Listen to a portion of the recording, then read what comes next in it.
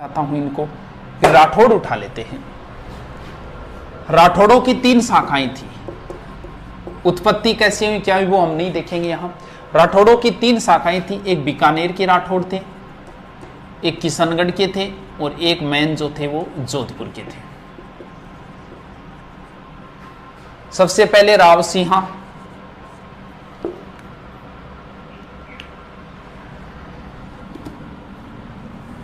राव सिंहा, उसके बाद दूहड़, फिर चूड़ा, चूड़ा का पुत्र है रणमल, कान्हा भी है। रणमल के बाद में है जोधा, जोधा के बाद में है सातल देव। पहले तो इतनों का देखते हैं। अभी राव सिंहा कहां आए क्या आए इनका उल्लेख एक बार नहीं करेंगे, सीधे सीधे है राठौड़ वंश का संस्थापक राव सिंहा। दूहड़, दूहड़ कर्नाटक से एक माता की मूर्ति लाया था जिसे बोलते हैं चक्रेश्वरी माता, और दूसरा नाम है नागणेची माता। और वहां से लाके नागणेची माता की मूर्ति नगाना में लगाई। नगाना पड़ता है बाड़मेर। ध्यान रखना, एक नारायणी माता अलग है, नागणेची माता अलग है, नारायणी माता अलग है। नारायणी माता नाइयों की कुलदेवी है जिनका मंदिर बरवा डूंगरी पहाड़ी अलवर में है। और नागणेची माता राठौड़ों की कुलदेवी है जिनका मंदिर दूहड़ ने बनवाया था, यानी कर्नाटक से दूहड़ मूर्ति लेके आया था। तो दूहड़ की इतनी बात है। मंडोर जो है वो पहले गुर्जर प्रतिहारों के अधीन था। प्रतिहार शासक था इंदा, इसके अंडर में था और तुर्कों ने अधिकार कर लिया। चूड़ा ने सहायता की, कैसे की क्या की वो लंबी कहानी है, लेकिन सीधा बता देता हूं। चूड़ा ने सहायता की प्रतिहार शासक इंद्रजीत की, और प्रतिहार शासक खुश होकर अपनी पुत्री का विवाह चूड़ा से किया और मंडोर इन्हें दहेज में दे दिया। और राठौड़ों की प्रारंभिक राजधानी हो गई मंडोर, यानी राठौड़ों की प्रारंभिक राजधानी क्या थी? मंडोर थी। इसके बाद में रणमल, इनकी स्टोरी मेवाड़ में आती है। मेवाड़ में कुंभा ने भारमली के सहयोग से मरवा दिया था रणमल को। इसके बाद में जोधा है। अब देखो, राठौड़ वंश का संस्थापक राव सिंहा, राठौड़ वंश का वास्तविक संस्थापक चूड़ा, यानी राव चूड़ा। अब एक चीज और देखो, सामंत प्रथा मतलब नौकर चाकर रखना, यानी मारवाड़ में सामंत प्रथा की शुरुआत किसने की? चूड़ा ने, जबकि सामंत प्रथा का वास्तविक संस्थापक माना जाता है जोधा को। जबकि इतिहासकार ये कहते हैं जोधा ही मारवाड़ का पहला प्रतापी शासक है। तो इसके बाद में जोधा ने क्या किया? कुंभा के समकालीन है, आवड़ा बावड़ा की संधि हुई, वो कुंभा के समय देखेंगे। अब जोधा ने सोचा कि भी मंडोर तो सुरक्षित ने कोई बढ़िया दुर्ग बनाई। तो एक बाबा रहता था चिड़ियानाथ, जोधा यहां आया और बाबा जी से कहा कि आप ये स्थान छोड़ दो, कोई दूसरी जगह मैं आपको दे दूंगा और यहां मैं दुर्ग बनाऊंगा। लेकिन बाबा ने मना कर दिया। अब जिदबाद के अंदर बाबा बोला ठीक है तू दुर्ग तो बना ले, कोई बात नहीं, लेकिन जैसे ही नींव रखेगा यहां का पानी सूख जाएगा। तब जोधा की टेंशन शुरू हो गई। तब किसी ने राय दी कि आप इस दुर्ग की नींव करणी माता से रखवाओ। तो करणी माता का नाम उस समय बचपन का नाम रिधिबाई था। तो बाद में दुर्ग बना 1459 और करणी माता ने इस दुर्ग की नींव रखी थी। और यहाँ राजाराम वामी को, क्योंकि पहले एक परंपरा मानी जाती थी राजपूतों में कि अगर किसी जिंदा आदमी को अगर गाड़ दिया जाए तो उस वंश का राज उस पर हमेशा रहेगा। ऐसे नहीं है, जिंदा आदमी वो तैयार होना चाहिए। तब राजाराम वामी तैयार हुआ था, उसके परिवार को विशेष सुविधा दी गई, जमीनें दी गई। जोधपुर दुर्ग में सिर्फ और सिर्फ राजाराम भामी के परिवार की एंट्री थी, बाकी कोई एंट्री नहीं कर सकता था। तो ये इसी दुर्ग में पीछे वाली साइड में 2 मंदिर बने हुए हैं, एक चामुंडा माता का मंदिर है, एक नागणेची माता का मंदिर है। और चामुंडा माता मंदिर में भगदड़ भी मची थी 2008 में, जिसकी जांच के लिए जसराज चोपड़ा आयोग बनाया गया था। इसके बाद में जो शासक है सातल देव, सातल देव की एक ही बात है, इनके समय अजमेर का था मल्लू खां, उसका सूबेदार था गुड़ला। यह गुड़ला पिंपाड़ से 140 कन्याओं को उठा के ले गया था। सातल देव इन्हें वापस छुड़वा के लाया था और उसी दिन से एक नया नृत्य शुरू हो गया था, गुड़ला नृत्य। चेतकर्षण अष्टमी को प्रारंभ होता है ये गुड़ला नृत्य। गुड़ला नृत्य गुड़ला की पुत्री गिंदोली ने प्रारंभ किया था। तो सातल देव की और कोई बात नहीं है। आगे शासक है, मिटा देता हूं।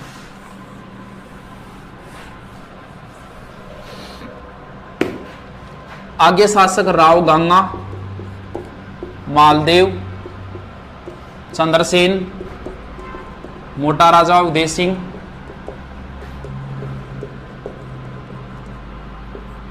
सूर सिंह, गज सिंह, जसवंत सिंह, अजीत सिंह। टेंशन नहीं मत आना, हम तो रोज बिठाते हैं, नॉर्मल बातें होंगी, आधी रात को पूछे तो ही बोल देते हैं ये। अब तो कोई ये बोल देना मोटा राजा के बाद शुरू करो, कर देंगे। हाँ, आप टेंशन मत आना, इन्हें आपके लिए जरूरी नहीं है, मेन चीजें जरूरी है आपके लिए। राव गंगा ने गंगलाव तालाब बनवाया था और खानवा युद्ध में सांगा की सहायता के लिए मालदेव को भेजा था 4000 सेना देकर। अब इंपॉर्टेंट शासक है मालदेव। मालदेव ने गंगा की हत्या कर दी थी, अपने पिता की हत्या करके सोजत आ गया था और मालदेव का राज्याभिषेक भी सोजत में हुआ था। तो मालदेव मारवाड़ का या राठौड़ों का पितृहंता कहलाता है। चौहानों का पितृहंता जगदेव है और सिसोदियों का पितृहंता उदा है, जिसने कुंभा की हत्या कर दी थी। मालदेव के उपनाम बहुत है। हसमत वाला राजा, ये फारसी इतिहासकारों ने कहा था, ऐसे प्रश्न ज्यादा आते हैं। हिंदू बादशाह, ध्यान रखना, प्रबल हिंदू राजा अमीर को बोलते हैं, हिंदू सम्राट पृथ्वीराज चौहान को बोलते हैं, हिंदू पथ सांगा को बोलते हैं, हिंदू सुल्तान कुंभा को बोलते हैं और हिंदू बादशाह मालदेव को बोलते हैं। अब दोबारा करके लिख लेना इनको। हिंदू बादशाह बोलते हैं मालदेव को। 52 युद्धों का विजेता, 52 युद्धों का विजेता मालदेव ने सबसे पहले 1532 में बदराजून पर अधिकार किया था। फिर 1533 के लमसम इसने नागौर के दौलत खां को हराया, फिर मेड़ता के बिरमदेव को हराया। बिरमदेव के साथ दरियाजोश हाथी को लेकर विवाद हुआ था, लंबी कहानी है, यहां से प्रश्न पुटअप नहीं होते। इसके बाद में अपने परिवार वालों पर आक्रमण कर दिया था। किसके ऊपर? बीकानेर का शासक था जेत सिंह। जेत सिंह मारा गया और कल्याणमल चला गया था इसका पुत्र शेरशाह की सर में। कौन सा युद्ध हुआ था सर? 1542 में पाहेबा साहिबा। इसके बाद में मालदेव का विवाह हुआ था, लूणकरण की पुत्री थी उमादे, जो इतिहास में रूठी रानी नाम से प्रसिद्ध हुई थी। तो आपकी दृष्टि से इतना याद रखना है, रूठी रानी का वास्तव कैसे रूठी, क्या रूठी, लंबी कहानियां हैं, कहानियों के लिए हमारे पास अब टाइम नहीं बचा है। तो रूठी रानी का वास्तविक नाम उमादे, रूठी रानी का वास्तविक नाम था उमा थी। इधर देश में सत्ता पलटती है, शेरशाह से हार गया था कौन? हुमायूं। चौसा और बिलग्राम युद्धों में हुमायूं सहायता के लिए आया था मालदेव में और मिलन जोगी तीर्थ नामक स्थान पे मिले थे, फिर हुमायूं इधर चला गया था। इस बात पे शेरशाह नाराज हुआ और शेरशाह मैदान में आ गया था, कौन सा? इधर गिरी में लाके सेना डाल दी थी मालदेव ने और सुमेल में सेना डाल दी थी शेरशाह ने। यह युद्ध हुआ था 5 जनवरी 1544। मारवाड़ का सबसे इंपॉर्टेंट, सबसे बड़ा युद्ध यही है। मारवाड़ में वैसे 2 ही युद्ध हुए हैं, एक जिंगोली का युद्ध है और एक ये युद्ध है, जो बड़े युद्ध है, बड़ा यही है, इसलिए ये इंपॉर्टेंट युद्ध है। लगभग एग्जाम में इसके बारे में पूछा जाता है। 1 मिनट,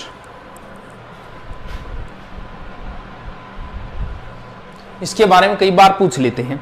और इसमें मालदेव के वीर सेनापति थे जेता और कुंपा, ये मारे गए थे। मालदेव वापस आ गया था, वापस आने के बाद मालदेव चला गया था भद्राजोन। बहुत लंबी कहानी है इसकी, लेकिन शॉर्ट में याद रखना है। इस युद्ध में शेरशाह हारते हारते जीता था, तब उसने कहा था कि एक मुश्त बाजरा हिंदुस्तान बादशाहत बर्बाद बुदे, मैं एक मुट्ठी भर बाजरे के लिए हिंदुस्तान की बादशाहत खो देता। और जोधपुर सौंप दिया था शेरशाह ने खवास खां को, खवास खां व ईसा खां को। और शेरशाह चला गया था इधर लास्ट में चला गया था कालिंजरा, वहां उक्का नामक अस्त्र चलाते समय मारा गया। और मालदेव ने दोबारा जोधपुर पर अधिकार कर लिया। शेरशाह का अधिकार जोधपुर पर मात्र 1.5 साल रहा था, 524 दिन। मालदेव ने मुख्य पुत्र मालदेव का राम था, राम सिंह जिसे बोलते हैं। मालदेव का पुत्र राम, मोटा राजा उदय सिंह और चंद्रसेन। तो चंद्रसेन को शासक बना के चला गया था मालदेव। चंद्रसेन एक इंपॉर्टेंट शासक है एग्जाम की दृष्टि से, क्योंकि मुगलों का विरोध करने वाला प्रथम व्यक्ति है। चंद्रसेन के समय राम चला गया था अकबर के दरबार में। अकबर ने सेना भेजी हुसैन कुल्ली खां के नेतृत्व में, और चंद्रसेन आ गया था कहां, इधर वाली साइड में, यानी सिवाना। सॉरी, पीछे क्या बता दिया, मालदेव गया था सिवाना और चंद्रसेन आ गया था भद्राजू।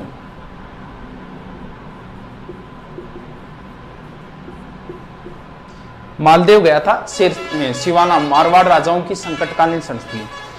तो चंद्रसेन आ गया था भद्राजू।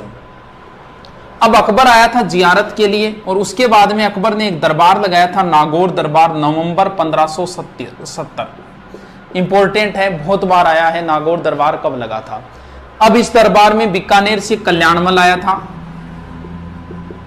जेत सिंह का पुत्र। जैसलमेर से हर्राय भाटी आया था, और वो इधर से सुरजनहाड़ा आया था, कोटा से, बूंदी से सुरजनहाड़ा।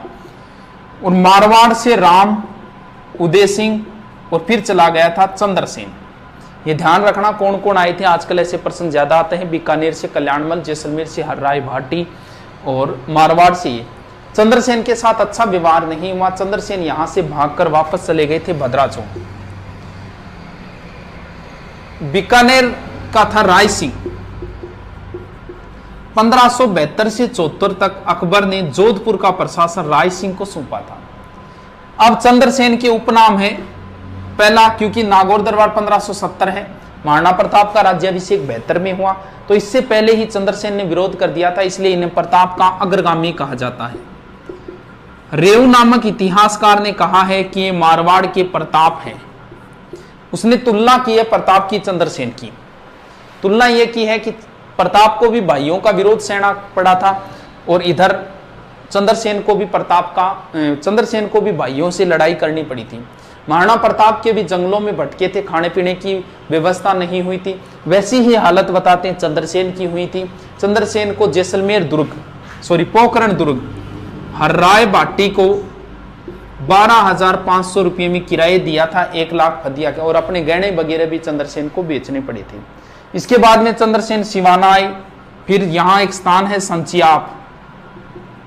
संचियाप में चंद्रसेन की मृत्यु है। चंद्रसेन की छतरी भी यहीं पड़ती है, सारण की पहाड़ी पाली में।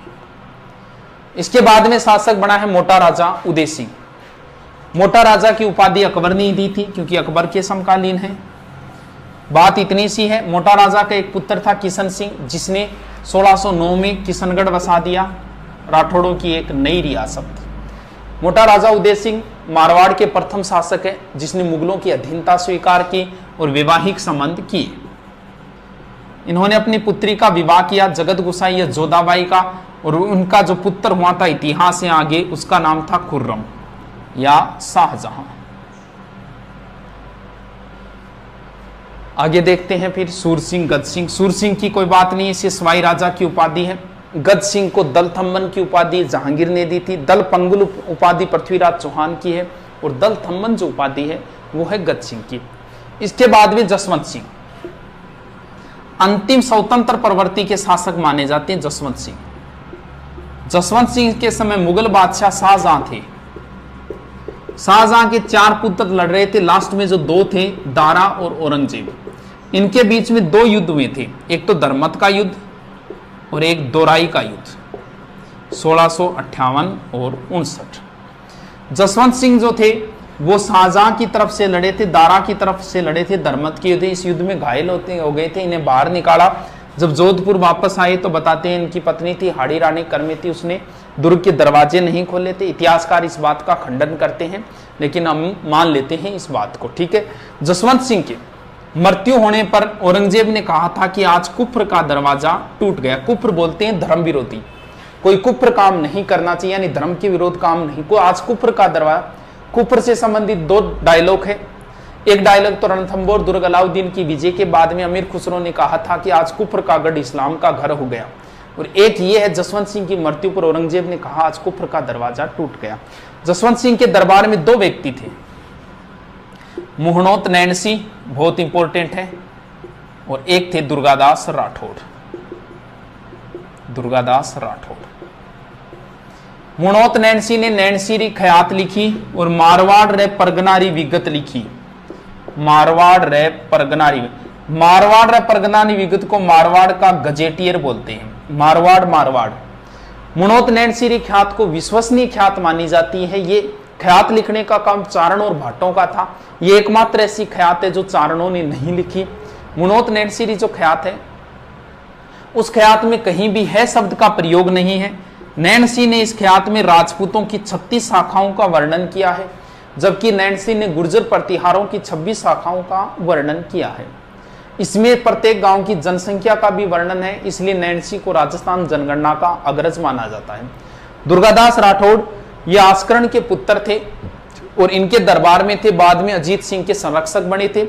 अजीत सिंह को नूरगढ़ के महल से गोराधाय के सहयोग से बचा के लाए थे। गोराधाय को मारवाड़ की पन्नाधाय कहा जाता है और दुर्गादास को अणबिंद्या मोती कहते हैं,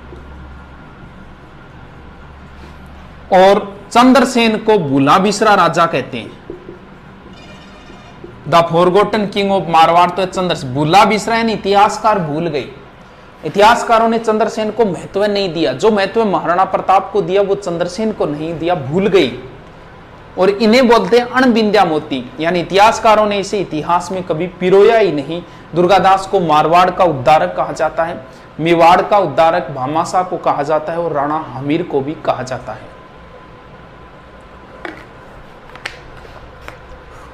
ठीक है दोस्तों, आगे देख लेते हैं, थोड़ा सा बचा है।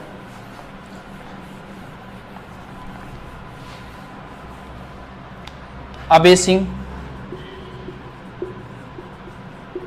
विजय सिंह, मान सिंह, जसवंत सिंह। ये जसवंत सिंह सेकंड है।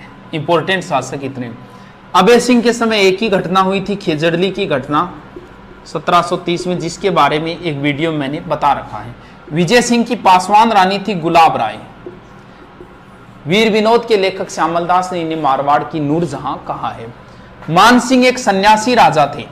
इन्हें सन्यासी राजा कहा जाता है क्योंकि ये नाथ संप्रदाय को मानते थे। अंग्रेजों की इनके साथ कम बनती थी क्योंकि अंग्रेजों ने नाथों को परेशान किया, तो ये दुखी हो गए थे इस बात से।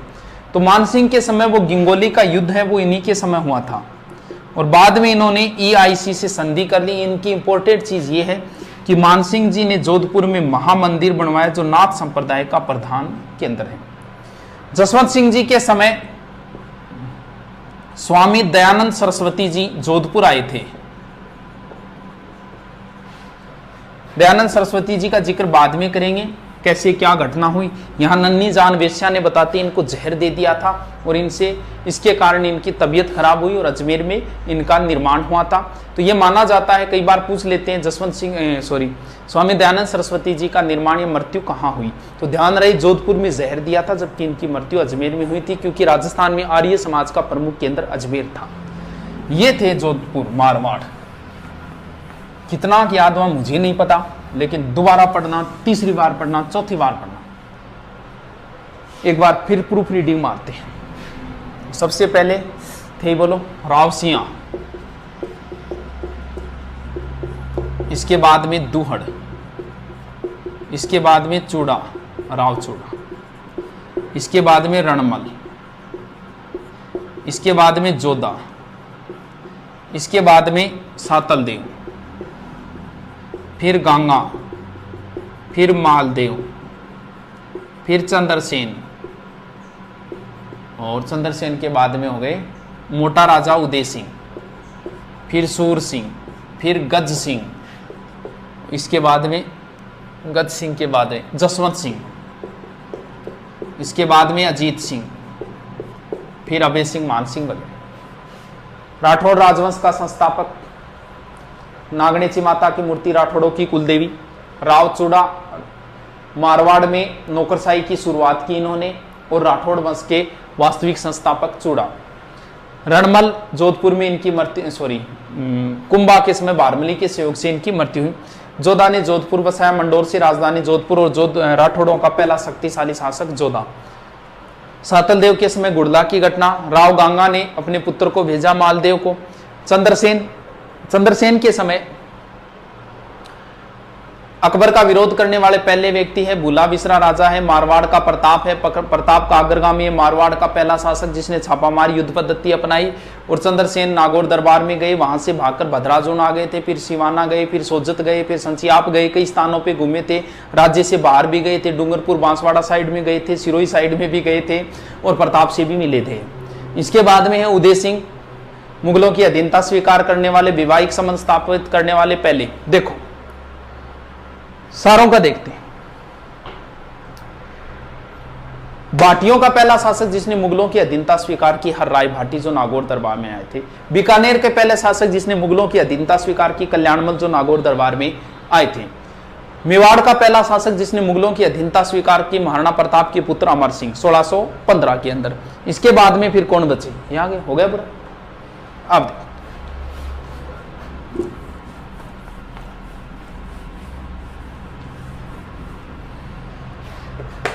बाटी, चलो बाटी नहीं बीकानेर वाले बता देता हूं, थोड़े से नाम है बीकानेर वालों के। बीका, बीका के बाद लूणकरण,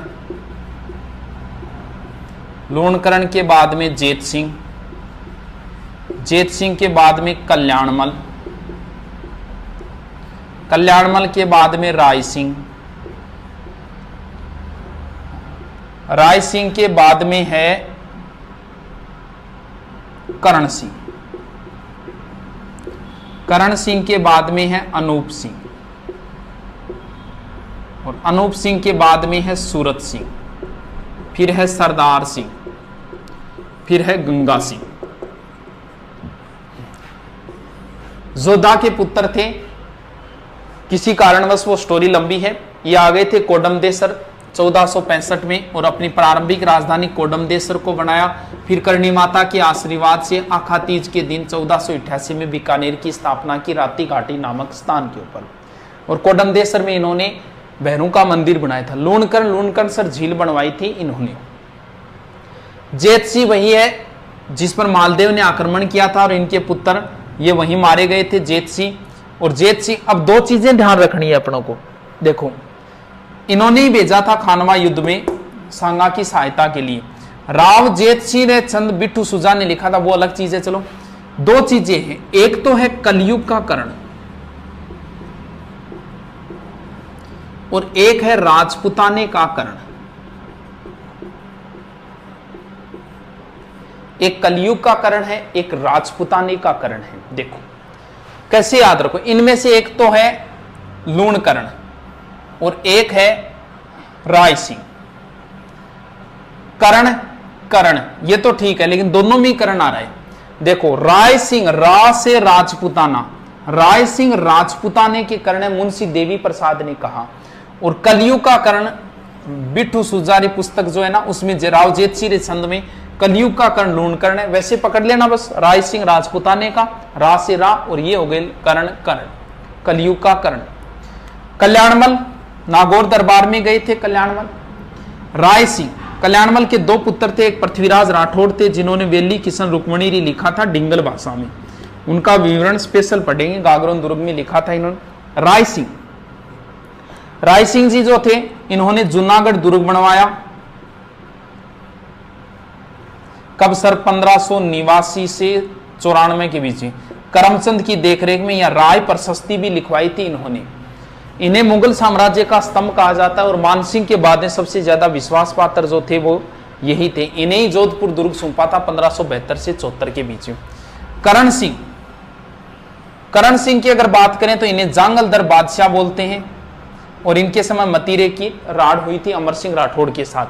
अनूप सिंह के समय बीकानेर चित्रकला का स्वर्णकाल था। सूरत सिंह ने बटनेर दुर्ग जीतकर उसका नाम हनुमानगढ़ किया था। सरदार सिंह 1857 की क्रांति में राज्य से बाहर अंग्रेजों की सहायता के लिए गए थे। और गंगा सिंह जी की कई बातें हैं। गंग नहर लाए थे, राजस्थान का भागीरथ बोलते हैं। तीनों गोलमेजों में जाने वाले आदमी यही थे। हमारे यहाँ छप्पनिया काल इन्हीं के समय पड़ा था। वर्साई की संधि में एकमात्र व्यक्ति जिनके हस्ताक्षर है महाराजा गंगा सिंह। अब थोड़ा सा और देखेंगे, लेकिन एक बार ये देखते हैं, इसके बाद और